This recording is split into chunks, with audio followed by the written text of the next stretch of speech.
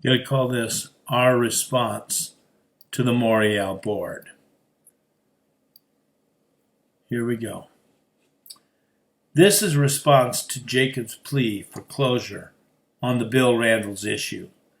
I too would like closure, but feel that I should respond to a few items.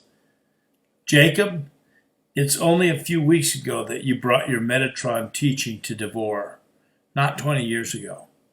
You may indeed be trying to communicate that the ideas about a Godhead and a Trinity do not originate with Christians, but within Judaism. I applaud that. I actually get that. You did indeed say that the Kabbalah is an ancient occult book, and I thank God for that too. It is. But then in your teaching, you actually blend in the teachings. You state that Jacob, the patriarch, wrestled with the Metatron. He is the Christophany, the angel of the Lord, Hamalach Adonai, known in Judaism as the Metatron. Another item. I did not need to articulate the reason why you verbally abused, mocked, and ridiculed the Menelaus. Everyone knows that it was in the midst of the debate with Dave Nathan. Jacob, why do we have to drag everyone through the same slough over and over again? I actually stood with you against the errors of Dave Nathan and still maintained that the issues were not properly dealt with. I myself said that the Menelaus gave a softball interview to Dave Nathan in my public letter, but there was no reason to rail so harshly on them. It was embarrassing, and that's why I chose to stick up for them and identify with them as friends. You know, Jacob, I don't hate them. I don't hate Dave Nathan. I don't hate TBC, Kawhi, Trina, the Rogers, or any of the other very abusive railers that have emerged in this fiasco. And I certainly do not hate you either, Jacob. I'm very sad that all of this has happened and still hope for some way we can glorify God in this mess. Now, another item. Craig White is not a pastor, leader, teacher, itinerant evangelist, none of the above. Craig is a simple Christian man who's tried to educate himself on the subject of prophecy and then has taken what he has found and used what he has to try and share his findings. He has some insights, and yes, he has said some strange and heretical things. The fact that I had him at my conference 4 years ago says nothing about whether or not I'm a promoter of heretics or heresy, as you've accused me.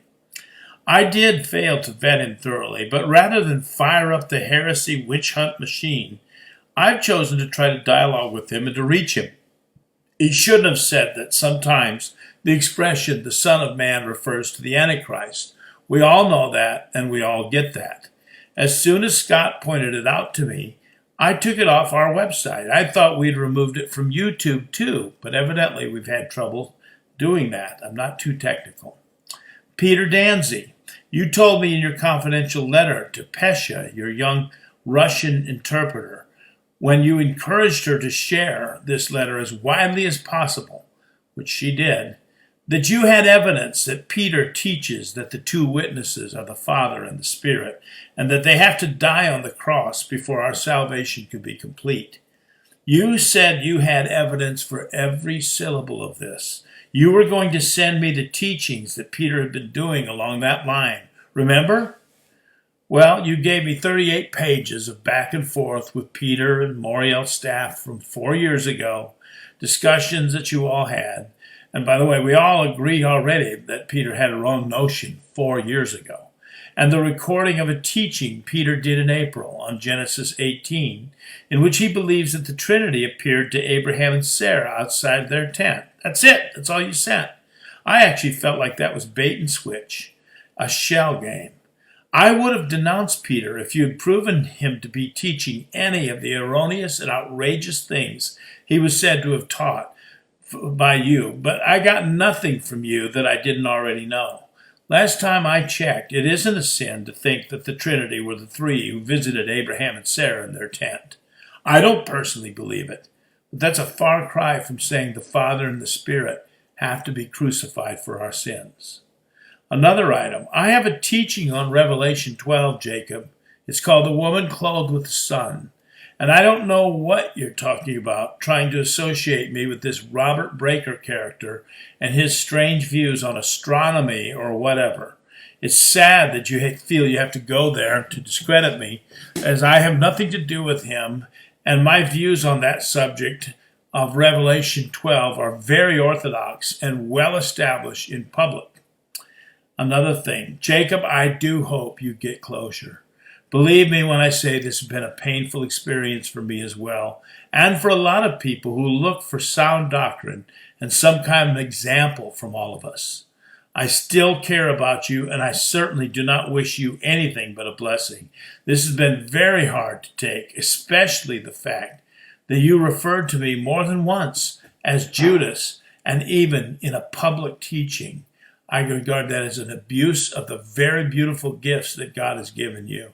You have distorted your platform. You have abused your gifts. This is a serious sin. But you know what? Jesus forgave me from so much. Who would I be to ever withhold forgiveness from you? Jacob, I want you to know there's a possibility of restoration and forgiveness, even for you and I. All things are possible. There is nothing too difficult for God. Love hopes all things. And one final thought. I, Jacob, happen to be a very blessed man. I am blessed to remain as pastor of Believers in Grace Fellowship, a pruned and chastened, small but vibrant, loving, spirit-filled church.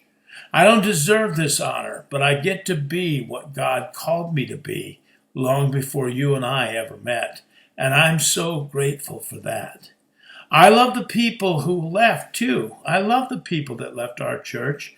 I feel that we made an impact on them and gave them everything that we could. And they left for various reasons, and they are and were fine people. They are Christians, but none of them has ever told me that they left because of doctrine. I have no doubt that these people are out enriching churches all over Cedar Rapids. And you know what, Jacob? That makes me happy too. And brother, I wish nothing but the joy and happiness that I have on you. Shalom.